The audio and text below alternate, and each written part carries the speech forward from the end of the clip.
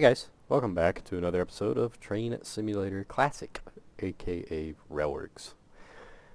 Today we're going to be taking a look at something a little different for me, stepping out of my comfort zone per se. Hopefully you guys checked out the Steam sale for their Christmas sale and picked up some stuff you may have wanted and or needed. I didn't really need anything. I already kind of own everything I care to operate more than twice. As far as American content that DTG is willing to put on Steam. But I figured, why not? I'll check out some stuff that's a little different from my usual. And so that's what we're doing today. Couple of the interurban, maybe that's the term? Not really. A couple of these EMU, that's what we're looking for. EMU sets. Yeah, you can tell I never use these. But a couple of these EMU sets were on sale for like 60% off or something. So it was kind of one of those things where it was like, why not? So I picked it up. We're going to take a look at it. This is the Kawasaki M8. By, I assume, Dovetail Games. It was listed under the RSC tab. Oh, look at there. Got an FL9 over there. But, not entirely sure who made it. Like I said, I'm assuming Dovetail Games, seeing as it's listed by Dovetail on the purchasing page. However, it is under the RSC tab, so I'm not too terribly certain. But these are built for the Metro North, specifically for the New York New Haven line for Train Sim Classic. I would assume these operate in other places, but again, I don't really know. I'm not gonna lie. It's kind of out of my desirable range. I don't typically care too much for EMUs, but I figured, why not? So, built by Kawasaki for use on the Metro North Railroad, New Haven Line, and the CT Rail Shoreline East. They first entered service in 2011, replacing the M2, M4, and M6 cars. An additional 60 car order is currently finishing delivery in response to increasing ridership, according to everybody's fan favorite page, Wikipedia. Yeah. So, entered service March 1st, 2011. Built at Yonkers, New York, Lincoln, Nebraska, and Kobe, Hyogo, Japan. Interesting. A cars have seating capacity of 111. B car have a seating capacity of 101. Single car seating capacity of 114.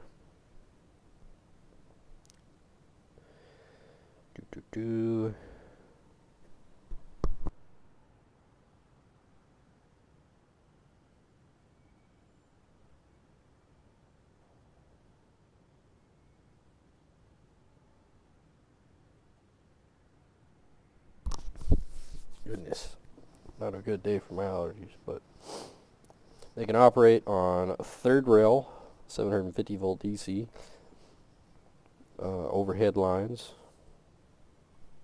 as well. I tried to word that and it didn't word.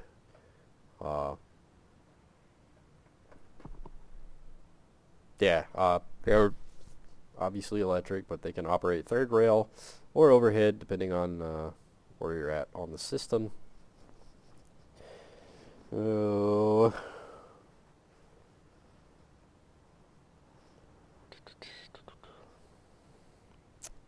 What else is notable?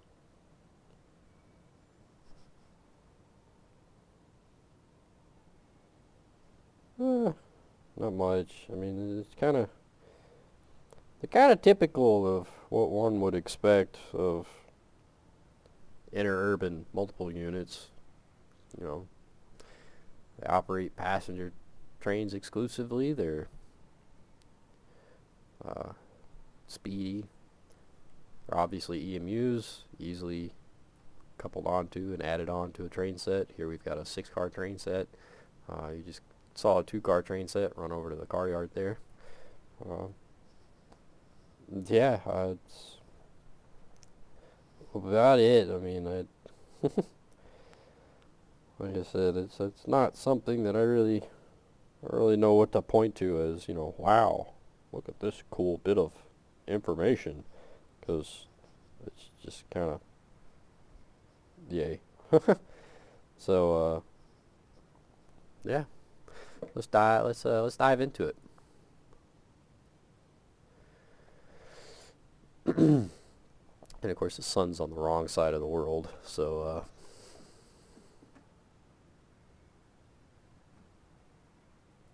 our shadow's facing the wrong way, but oh well, it is what it is. So first off, the detailing looks pretty good. I mean, credit where it's due. DTG tends to do a pretty alright job with their detail and texturing work.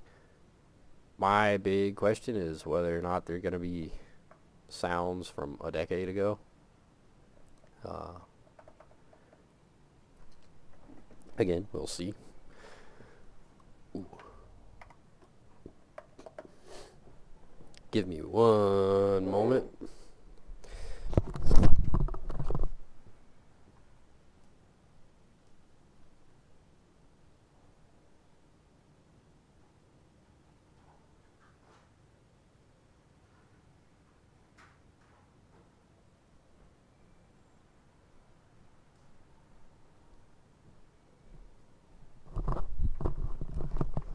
Oh goodness.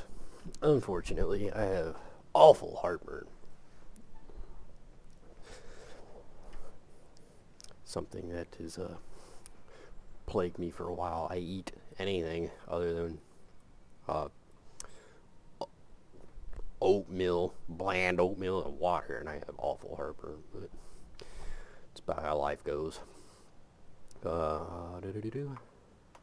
Yeah, as I was saying, detail and texturing wise, DTG tends to do an alright job as it sits. So, right off the bat, you know, it looks pretty good overall, if I'm to be perfectly honest. Again, I don't entirely know what I'm looking for as far as like, oh, that's wrong or that's right. But these this is kind of interesting. Wheels are not moving. Brakes are set. But we are moving. I don't know what's going on with that. But I'm not gonna lie, what stands out a lot is the underneath detailing. All these like little shiny rivets and whatnot, bolts, kind of stick out like a sore thumb. They actually don't look half bad. Now these brakes, on the other hand, woof. These disc brakes look awful.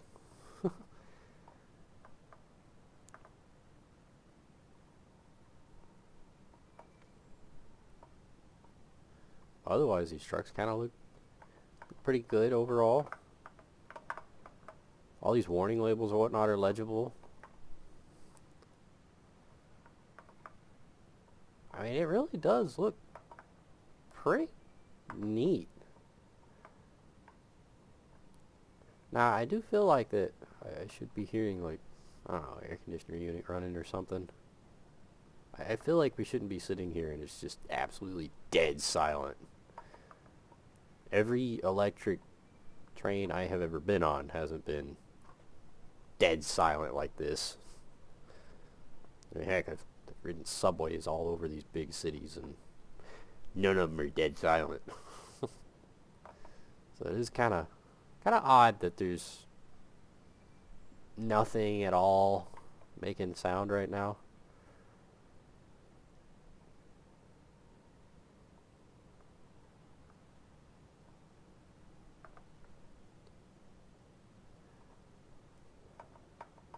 But yeah, I mean, it does look pretty good externally. You're going to get 2 cars in the pack. You're going to get the powered unit, and then the B, unpowered unit. And then you'll get a handful of different consist sets for however many cars you want, ranging from 2 to, I think, 8. You have up to an 8-car set as far as the consists go. Let's see what else. What else is there to say? Not much. Guess I could pull up the store page, because why not? Actually no, we don't need that one. We need that one. For some reason or another, every single time I open up my DLC now, it's always... Oh, well. Maybe today we don't even get that option. Oh, there it goes. But it's always the Brockenbahn. I have no idea why it's always the Brockenbahn, but... Let me come over here. Ah, yes. $7.99 on sale right now. Kind of figured it's not bad. But, released April 24th, 2014. So, it is 10 years old. So we do kind of gotta plan on some things looking outdated or pitiful or whatnot, what have you, physics-wise, probably non-existent. We'll see. Obviously the scenarios are for the New York New Haven route, which we are on right now. Oh, it's officially licensed. Wow.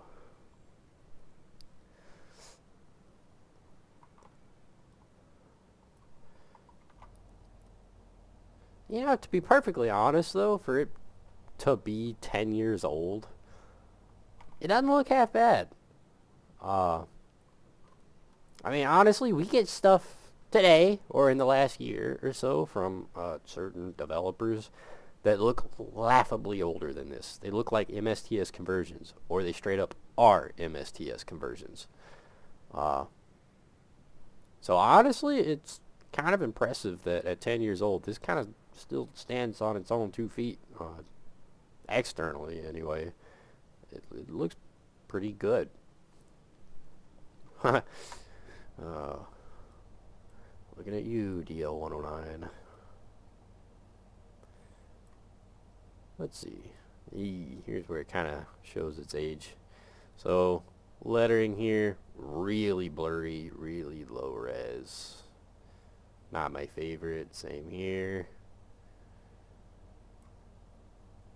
The displays here actually don't look that bad.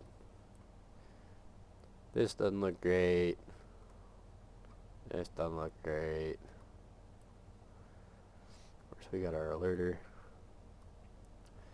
And then the interior coloring looks like your average public transport. Just kind of,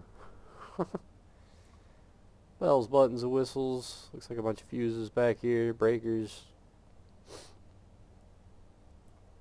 I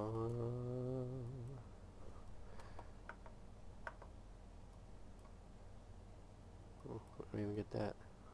I can't say I'm surprised. I don't figure these are too terribly interactive. Cabin heater, no. Charging, no. Car wash, no. Headlights. Oh, that's cool. Headlights. At least they're the right color. You know, not gonna lie, they actually don't look that bad.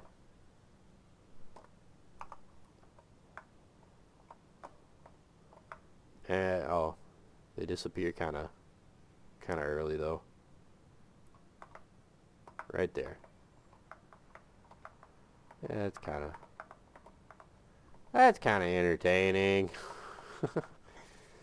So they don't look half bad, honestly. The color looks really good on them. They got a nice brightness level. I mean, they look like pretty decent headlights, to be perfectly honest. Color me actually surprised. I fully expected those god-awful neon white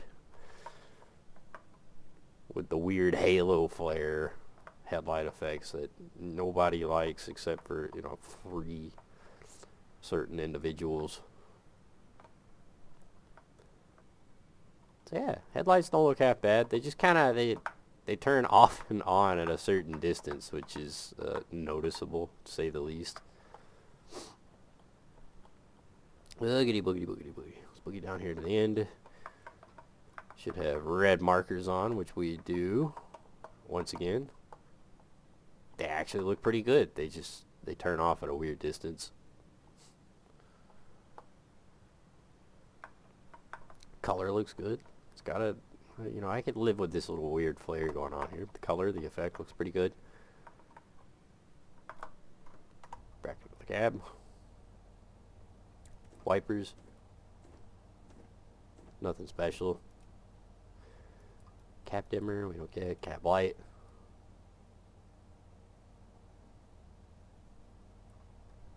I can very, very, very faintly hear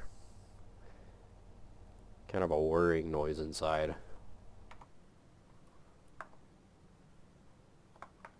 Nothing outside though. It's just inside. Cab light looks alright. It's kind of entertaining though that it seems like it is. That's why. It turns on in this light, but not the lights over the driver. Which is an odd choice, in my opinion. Passenger lights, we don't get to play with those. Heater, we don't get those. We don't get any of those. We don't get that. Horn. Sounds like the most typical public transport system. It sounds identical inside and out. There's no change at all from inside and outside the cab.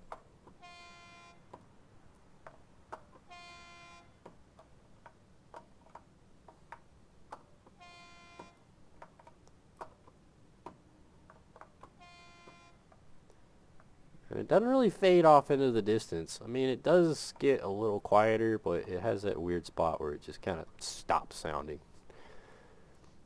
You cannot play it.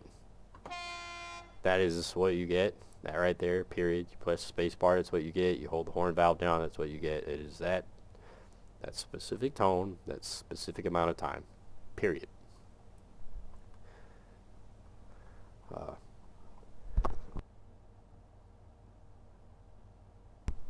Not particularly fond of that, but I don't care for horns I can't play on my own anyway, so nothing particularly odd about that.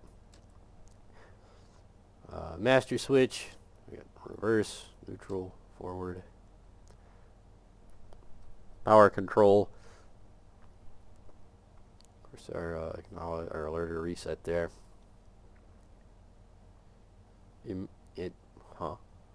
Energy, okay.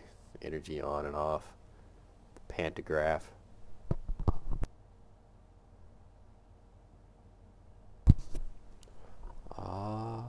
Anything else? Not really. I mean, that's pretty much it.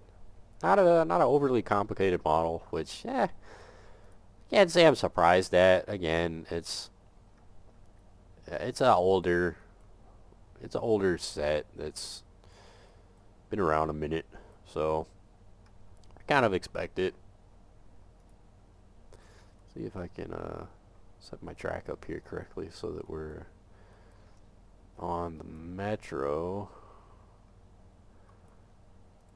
Boom. There we go. That should put us on the Metro, and avoiding that.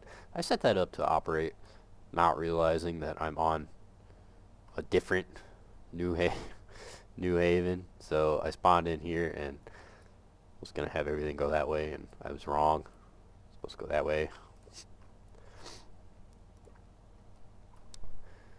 So,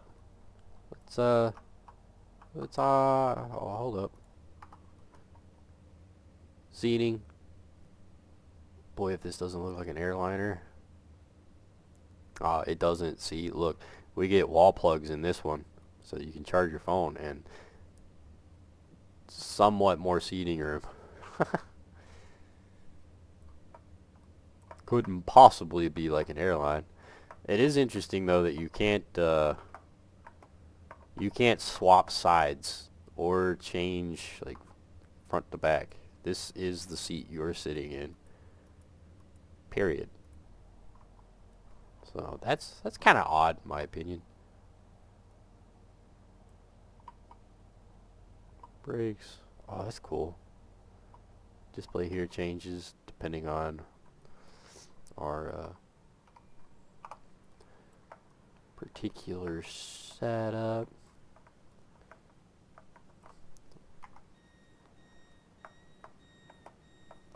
Cool. The lights here change. Well, this light changes. This one doesn't. There's a little beeping for when the doors open and close. When the door is closed, these lights turn off. So that's pretty cool. These up here don't change though. I feel like they should. Maybe I'm wrong. I don't know. But let's oogie and boogie out of here. So speed limit 30.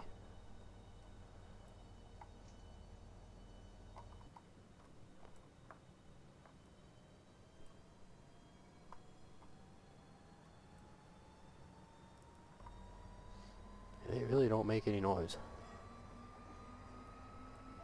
There it goes.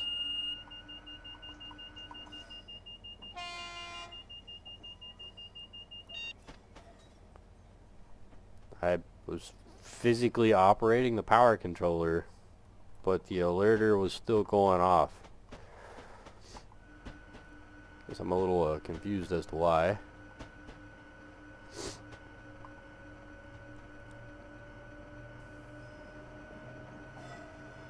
Oh, that's cool. There's the track speed. It's got a track speed indicator here. Yeah, I don't understand that. Like, isn't the point to the alerter to be shut off whenever I'm fiddling with controls?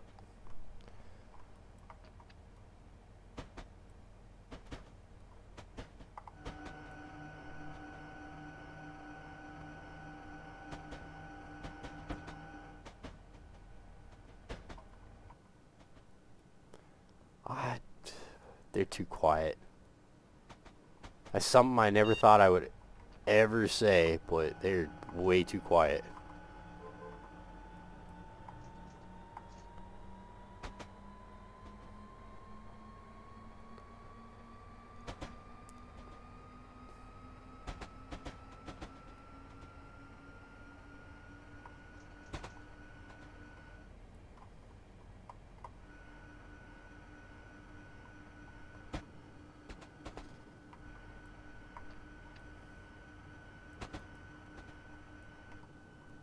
Maybe they are this quiet in real life. I couldn't say if I've ever seen one of these in real life or not. Boy, those headlights are odd.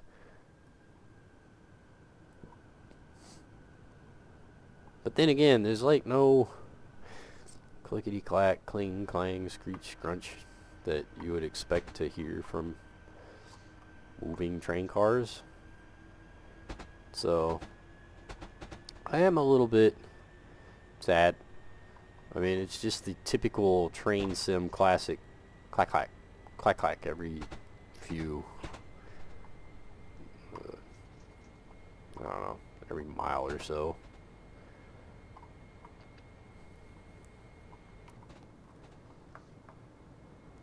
But I mean, overall, credit where it's due. It is pretty cool. Different for me.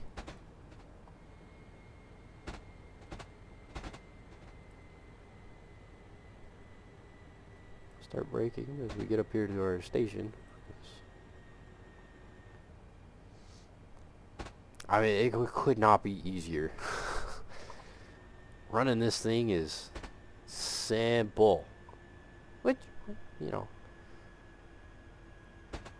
not necessarily a bad thing. It is an easy locomotive to operate. Or, I guess not really a locomotive.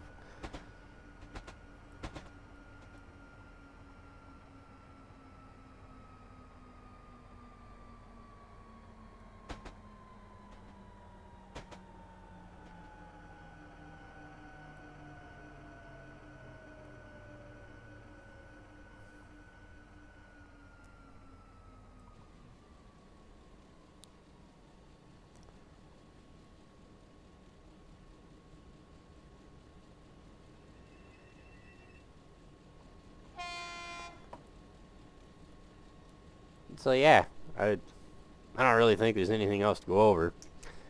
It's not a whole lot going on with these. Operation-wise, they're wildly simple. There's not much brain power required to run one of these. Detail-wise, I mean, they look pretty good. Great where it's due. To my eye, anyway, they look pretty good. I think the white is kind of bright. But otherwise, not bad. Sound-wise, they're about what I expect for something from 2014. At least the horn is not a recycled, reused horn, to my knowledge, so that's alright. It doesn't have a bell. And then motor sounds and whatnot just kind of aren't there. I mean, it does, like, it winds up whenever it's on power, or in power, and then whenever you let it go coasting, all sound cuts out, and you just kind of hear wind noise and the really occasional old train sim click-clack, click-clack. So it's... I could foresee this getting real boring real fast with no sound. I mean, it's just kind of silence. It's like, just turn your speakers off and bam. So, not a lot going on there, but overall, for, you know, $7, it's not bad. You know, I might use it for AI setup. Have AI running trains while I do things, but it's not really my boat. Not my boat to float, but for those that enjoy it, hope you guys enjoyed the video. Go check it out. It is available on the Steam store. Again, it is on sale right now, December 7th, 2024. It is on sale for $7. So will last forever, but Steam sales come pretty often. So yeah, hope you guys enjoyed the video, and I will see you guys next time.